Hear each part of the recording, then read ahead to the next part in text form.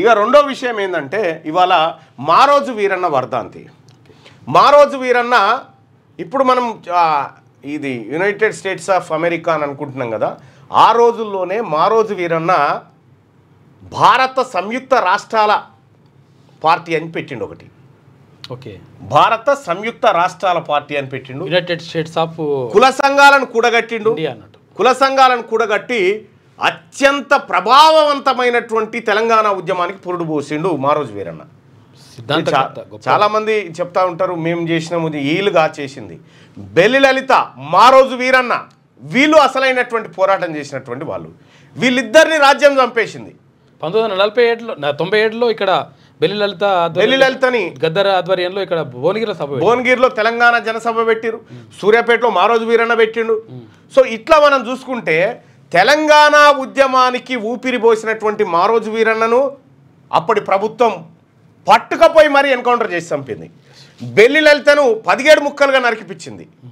ఇక్కడ ఈ వర్గాల నుంచి వాయిస్ రేజ్ చేస్తున్నటువంటి ఈ మహబూబ్ నగర్ ఎర్ర సత్యం అన్నను స్కూల్ ఓపెనింగ్ కాడికి పోతే ఆడ చంపి, ఈ చంపిన వాళ్ళంతా ఎవరు?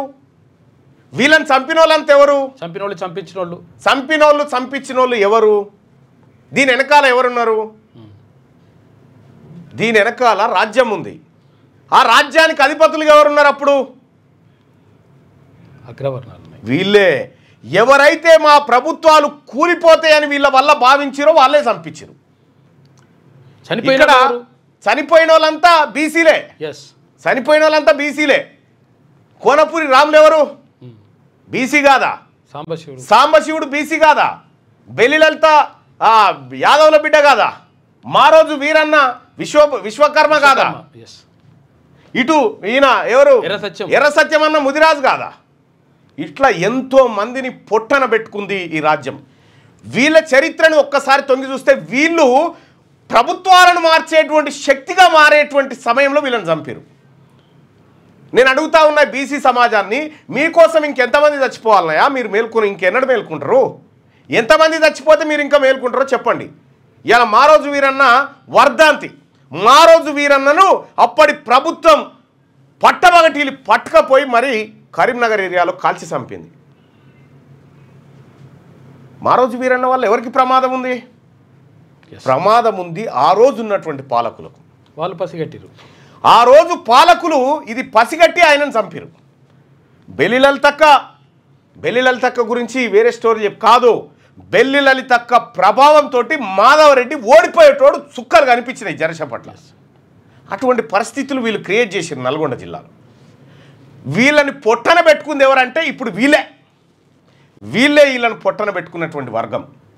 ఈ వర్గం రాజకీయ ఆధిపత్యాన్ని చెలాయించడం కోసం ఏ వర్గాలకైతే న్యాయం జరగాలని ఎవరైతే కొట్లాడారో వాళ్ళని పొట్టన పెట్టుకుంది. నేను అడుగుతా ఉన్న బీసీ సోదరులారా, ఇప్పటిదాకా మనం యువసేనలు, శివసేనలు, ఈరెడ్డి గారికి, ఆరావు గారికి అన్న సైన్యము ఈ పెట్టుకుంటారు కదా, ఇంకెన్ని రోజులు చావాలి? ఎంతమంది చావాలి? మీకోసం, మీ మేల్కొల్పు కోసం ఎంతమంది చావాలి? పోషమ్మకు బోనాలు చేస్తే ఒక్క ఏటను బలిస్తారు. ఇలా వేల మంది బలి అయిపోయినా కూడా ఇంకా మీలో మేల్కొల్పు రాకపోతే ఎవరి కోసం చావాలి ఈ సమాజం? వాళ్ళకి భార్య పిల్లలు లేరా? వాళ్ళ బతుకులు లేవా? వాళ్ళకి జీవితాలు లేవా? వాళ్ళకి ఆశయాలు లేవా? మీకోసమే కదా, మన కోసమే కదా వీళ్ళంతా. తెలుసా మారోజు వీరన్న? ఇలా నేను మన విశ్వకర్మ సోదరులను అడుగుతా ఉన్నా, మారోజు వీరన్న, ఏ మారోజు వీరన్న అయితే తెలంగాణ కోసం పోరాడి తెలంగాణ రాష్ట్రం కావాలని దశాబ్దాల క్రితం గర్జించిండో అదే విశ్వకర్మ కులంలో పుట్టినటువంటి జయశంకర్ సారు తెలంగాణ రాష్ట్రాన్ని సాకారం చేసి పెట్టిండు. అక్కడ శ్రీకాంతాచారి మరి ప్రాణం పోయింది మారోజు వీరన్నది. జీవితాంతం పోరాటం చేసినోడు జయశంకర్ సారు. ఆత్మ బలిదానం చేసుకుంది శ్రీకాంతాచారి. మరి విశ్వబ్రాహ్మణులారా, విశ్వకర్మలారా, తెలంగాణ రాష్ట్ర ఏర్పాటులో మీ పాత్ర ఎంతో తెలుసు కదా. వీళ్ళు కాదా? అర్థమైతలేదు. వీళ్ళు బలిదానం చేసుకుంటే మీరు ఎవరికి చేయగొడుతున్నారు? ఇలా ఎవరికి చేయగొడుతున్నారు? రెడ్డి గారి పార్టీకి, రావు గారి పార్టీకి జై కొట్టుకుంటా వీళ్ళు ఎవరి కోసం చచ్చిపోయారు? మీరు వీళ్ళకి చేయి కొడతారని కూడా వీళ్ళు ఎందుకు చచ్చిపోరు? మనమే అమ్ముడు పోతామని తెలిస్తే వీళ్ళ ఆత్మ బలిదానాలు ఎందుకు చేస్తుంటే ఒకసారి ఆలోచన చేయండి. ఎర్ర సత్యం అన్న ఈ మహబూబ్ నగర్ జిల్లా కోర్టు కాడ ఎంతమంది ఉంటుండో ఆయన ఇంటికాడ అంతమంది ఉంటుండే. ఎర్ర సత్యంని చూస్తే ఒకరోనికి ఇట్లా తడిసి ఏర్లై పారేది, ఒక్కడు కుయ్కుమనలే. ఎర్ర సత్యం అన్న బుల్లెట్ బండి వేసుకొని వెళ్తే అగ్రవర్ణాలు 6 అడుగులు తడుపుకొని కింద పడుకొని దాచుకునేటి. అంత బిడ్డ ఇగో గుర్తుపెట్టుకోరి, శాశ్వతంగా బతకడానికి రాలే. ఎవడైనా ఎప్పుడైనా చచ్చిపోయేదే, కానీ సావుకో అర్థం ఉండాలి, ఓ అర్థం ఉండాలి. వట్టిగా చచ్చిపోవడానికి వీల్లేదు. నేను బీసీ ప్రజలారా అందుకే చెప్తా ఉన్నా, ఇక్కడ వీళ్ళని చంపింది వాళ్ళే, మళ్ళీ వీళ్ళ వర్ధంతులు జయంతులు చేసేది కూడా వాళ్ళే. చూసుకోరిగా ఇక్కడ పోలీస్కి ఇష్టన్నా తుపాకీ పెట్టి కాల్చుకొని చచ్చిపోయింది. పోలీస్కి ఇష్టన్నా ముదిరాజులకు ఏమైనా ఉన్నదా? మళ్ళీ ఆలోచిస్తారా? ముదిరాజులకు ఇక్కడ పోలీస్కి ఇష్టన్న తుపాకీ పెట్టుకొని చచ్చిపోయిండు, తుపాకీ కాల్చుకొని చచ్చిపోయిండు తెలంగాణ రాష్ట్రం కోసం. తెలంగాణ రాష్ట్రం వస్తే నా ముదిరాజు బిడ్డలకు ముఖ్యమంత్రి అవుతాడేమో మంత్రి అవుతాడేమో అని చచ్చిపోయిండు. మా బతుకులు మారుతాయేమో మా పేదోళ్ళే అనుకోడు. కానీ పోలీస్కి ఇష్టన్న వర్ధంతి కూడా దొరలే చేయబట్టే. ఆత్మ బలిదానాలు చేసుడు బంజేరి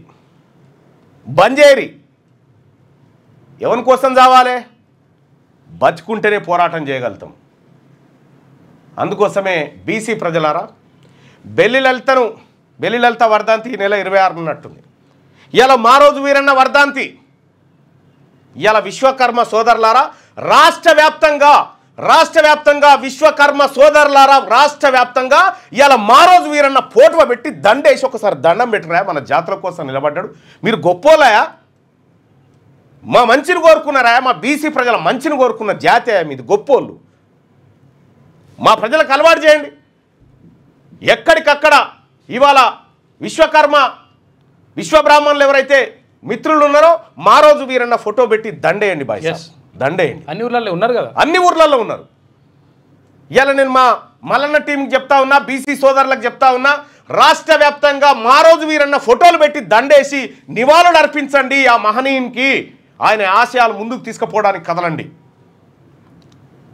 అయితే ఇవాళ నేను కరివిరాల కొత్తగూడెం పోయేది ఉండే, కానీ ఇటు బెల్లి లలితక్కది కూడా 26కు ఉంది కాబట్టి 2 కలిపి ఒకే వేదిక మీద చేద్దామనేటువంటి నిర్ణయంతో అక్కడికి విరమించుకోవడం జరిగింది. గొల్లకుర్మ బిడ్డ. అందుకోసమే సోదరులారా, బీసీ సోదరులారా, మీరు ఇన్ని బడ్జెట్ లెక్కలు చెప్తా ఉన్నా, రాజకీయంగా ఎట్లా దోపిడీ జరిగిందో చెప్తా ఉన్నా, ఇటు కార్పొరేట్ హాస్పిటళ్లలో ఎట్లా కొట్టుకపోతా ఉన్నారు, hospital level, engineering college level, ఈ పదవులను ఎవరికి పోతా ఉన్నాయి, ఇంత క్లియర్గా చెప్పిన తర్వాత కూడా మనం ఇంకా ఆన్న సైన్యం ఎవరికి నువ్వు భయపడుకుంటా వచ్చేది? భయపడకుండా నిజంగా పిరికి వాళ్ళు ఎవరైనా ఉంటే ఈ లైవ్ చూస్తున్నటువంటి బీసీలకు చెప్తా ఉన్నా, ఓన్లీ బీసీలకే, పిరికోళ్ళు ఎవరన్నా ఈ లైవ్ చూస్తే దయచేసి చూడకురి బాయ్సా.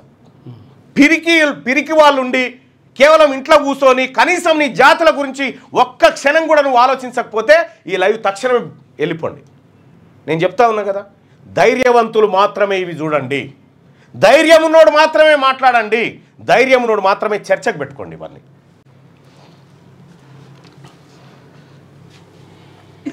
ఇంత అన్యాయం జరుగుతూ ఉంటే, ఇంత అన్యాయం జరుగుతూ ఉంటే మనం మాట్లాడకపోతే ఇంకెవరు మాట్లాడతారు? ఒక ఆయన ఇంటికాడ కూర్చొని నువ్వు కొట్టానా నేను చూసుకుంటా, ఈ రాడు ఇట్లా పెట్టి ఇట్లా అంటాడు, ఇట్లా అంటాడు, ఓ లైక్ కొడతాడు. సరే అది కొట్టినా సరే కానీ కొంతవరకు ఉండాలి, లోపల ఉండాలి కదా. వాళ్ళు ఎంత ప్రణాళికబద్ధంగా వీళ్ళని చంపుకుంటూ వచ్చిరు చూడు, ఎంత ప్రణాళికతో చంపుకుంటూ వచ్చిరు వీళ్ళందా. అరే నయీం అనేటోడు రెడ్డి గారి గురించి నయీం అయిండు, ఇంకో రెడ్డి గురించి మర్డర్ అయిండు.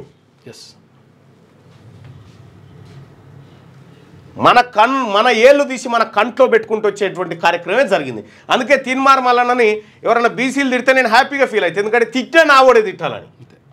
ఆ గాంధీ భవన్లో కూర్చొని ఆ బుడ్డ పొరగాలతో ఎప్పుడో ఒకటి చెప్పిస్తుంటారు కదా, వాళ్ళని చూసి నవ్వుకుంటా ఉంటా. క్యూ న్యూస్లో పనిచేయటకు వీడియో ఎడిటింగ్ మరియు SEOలో అనుభవం గల జూనియర్ ఎడిటర్స్ కావాలను. సంప్రదించవలసిన నెంబర్ 8688926084.